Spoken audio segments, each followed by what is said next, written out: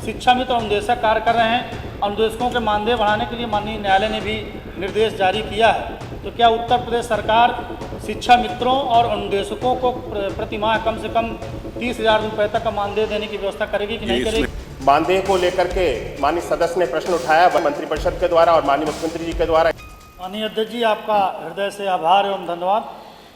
माननीय अध्यक्ष जी, मैंने जो प्रश्न किया था और कई बार में प्राथमिक शिक्षकों की भर्ती के संदर्भ में सदन में सवाल पूछा गया, इसमें माननीय मंत्री जी द्वारा रटा रटाया जवाब दिया जाता है कि हमारे पास पर्याप्त शिक्षक हैं एवं शिक्षा मित्र अनुदेशक कार्यरत है, जिससे बच्चों और शिक्षकों का समानुपात मिल रहा है।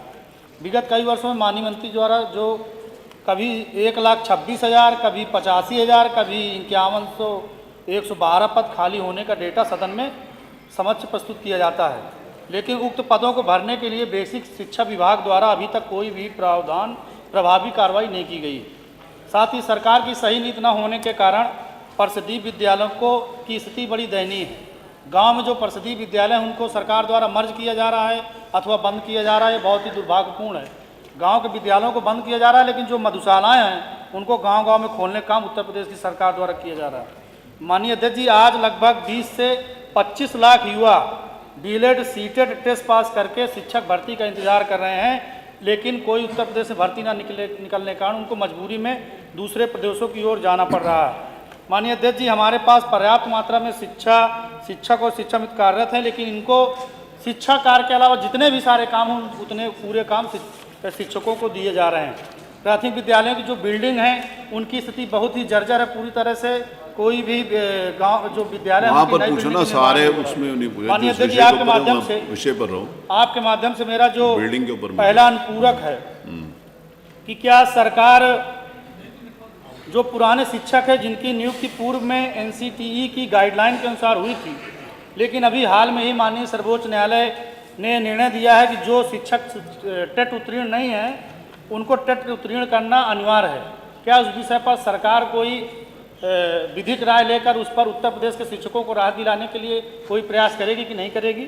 और आपके माध्यम से मानवर मेरा दूसरा प्रश्न है कि जो बेसिक शिक्षा में सर शिक्षा मित्र अनुदेशक कार्य कर रहे हैं, अनुदेशकों के मानदेय बढ़ाने के लिए माननीय न्यायालय ने भी निर्देश जारी किया है।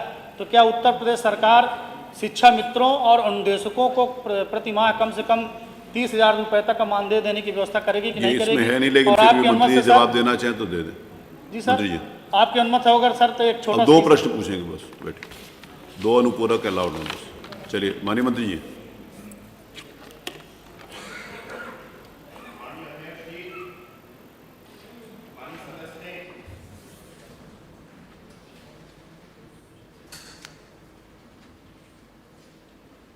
टेट की जो अनिवार्यता के लिए माननीय सुप्रीम कोर्ट ने अपना जजमेंट दिया है, उस पर आपके माध्यम से प्रश्न किया है। ये पूरे देश भर के लिए लागू है और इस संबंध में हम उत्तर प्रदेश की तरफ से उत्तर प्रदेश सरकार इसके लिए रिव्यू में पहले से ही जा चुकी है कि जो माननीय न्यायालय का निर्णय टेट को अनिवार्य करने का आया है उसको एक बार पुनः उस पर विचार कर लिया जाए। किसी भी विद्यालय को बेसिक शिक्षा विभाग के अंतर्गत परिषद के अंतर्गत बंद करने का निर्णय कभी भी नहीं लिया गया। बार बार इस सदन में इस प्रश्न को उठाया जाता है कि सरकार के द्वारा बेसिक शिक्षा विभाग के द्वारा परिषदीय विद्यालयों को बंद किया गया। एक भी परिषदीय विद्यालय बंद नहीं किया गया है। जहां तक माननीय सदस्य ने शिक्षा मित्रों के और अनुदेशकों के मानदेय के संबंध में प्रश्न उठाया, हालांकि वो मूल प्रश्न से अलग है, लेकिन मैं इसके बारे में भी जानकारी आपके माध्यम से सदन को दे देता हूं कि शिक्षा मित्र और अनुदेशक हमारे विभाग के अंतर्गत बहुत लंबे समय से कार्यरत हैं और उनका जो योगदान है हमारे विभाग के लिए बहुत महत्वपूर्ण है। हमने शिक्षा मित्रों के द्वारा लंबे समय से की जा रही जो उनकी मांगें थी, जो कि कैशलेस चिकित्सा को लेकर के थी, शिक्षा मित्रों के अपने मनचाहे स्थान पर उनके समायोजन की थी, इन दोनों उनकी मांगों को पूर्ण करते हुए कैशलेस 5-5 लाख रुपए की परिवार को भी सम्मिलित करते हुए चिकित्सा की सुविधा देने का कार्य हमारी सरकार ने भी हाल ही में किया है। और उनको मनचाहे अपने स्थान पे जाकर के वे अपनी सेवाओं को दे सकें, उसकी भी व्यवस्था बना करके वर्तमान में गतिमान है और चरणबद्ध तरीके से एक एक शिक्षा मित्र को अपने मनचाहे स्थान पे, जिस स्थान पे जाकर के वे अपना सेवाएं देना चाहते हैं, उस स्थान पर पहुंचाने की व्यवस्था भी बना दी गई है।